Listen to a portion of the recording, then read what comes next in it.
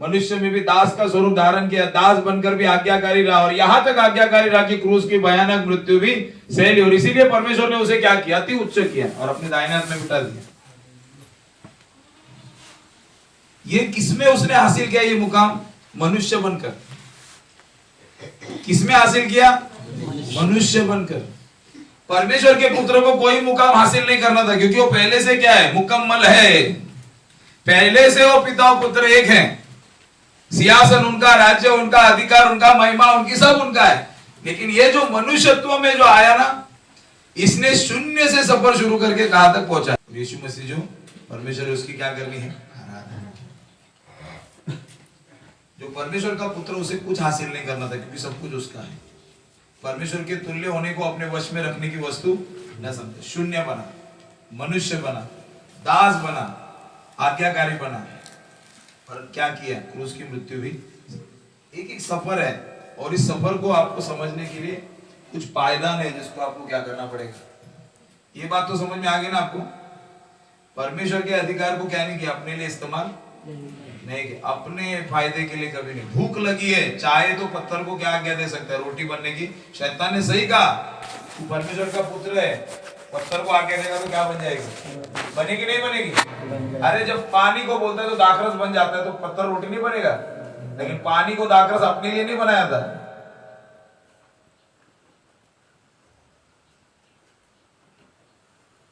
समझ में आ रहा? सुनीता,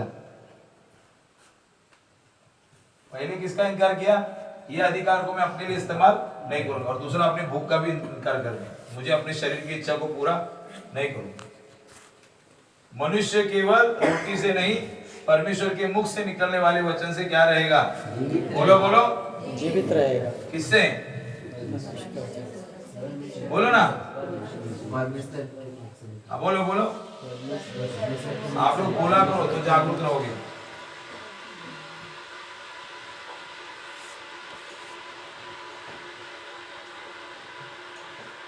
देखो सब अच्छे से फ्राई हो रहा है,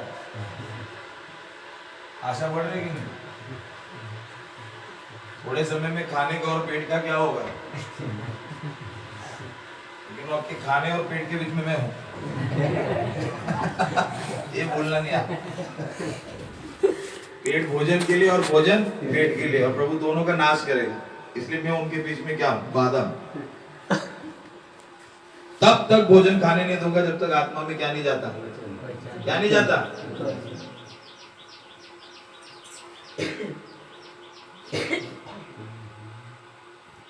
हालेलुया। पहला कदम यीशु के पीछे चलते समय क्या है, हम पढ़ेंगे, पढ़ कर हम आगे बढ़ेंगे।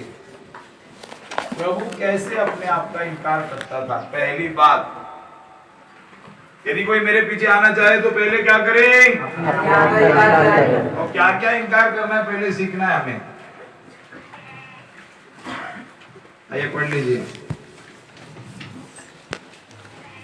यूहन्ना रचित सुसमाचार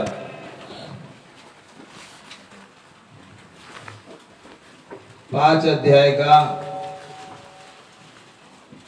30 वचन। मैं अपने आप से कुछ नहीं कर सकता, जैसा सुनता हूँ वैसा न्याय करता हूँ। आगे, और मेरा न्याय सच्चा है, क्योंकि मैं अपनी इच्छा नहीं परंतु अपने भेजने वाले की इच्छा चाहता हूँ। पहला बात क्या है, ये यीशु मसीह का कहना है, और ये किसका कहना है, यीशु मसीह जो मनुष्य है उसका कहना है। किसका? यीशु मसीह जो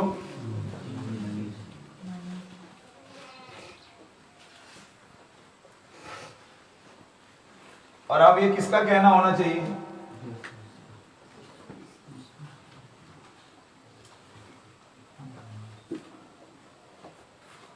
ये मतलब एक बोलते ना सिद्धांत, यीशु मसीह के जीने के क्या है, ये जीने के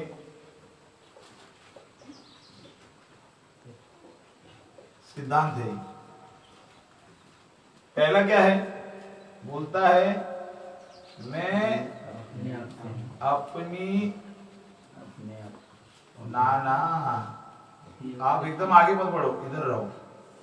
मैं अपनी इच्छा नहीं परंतु अपने पिता की इच्छा चाहता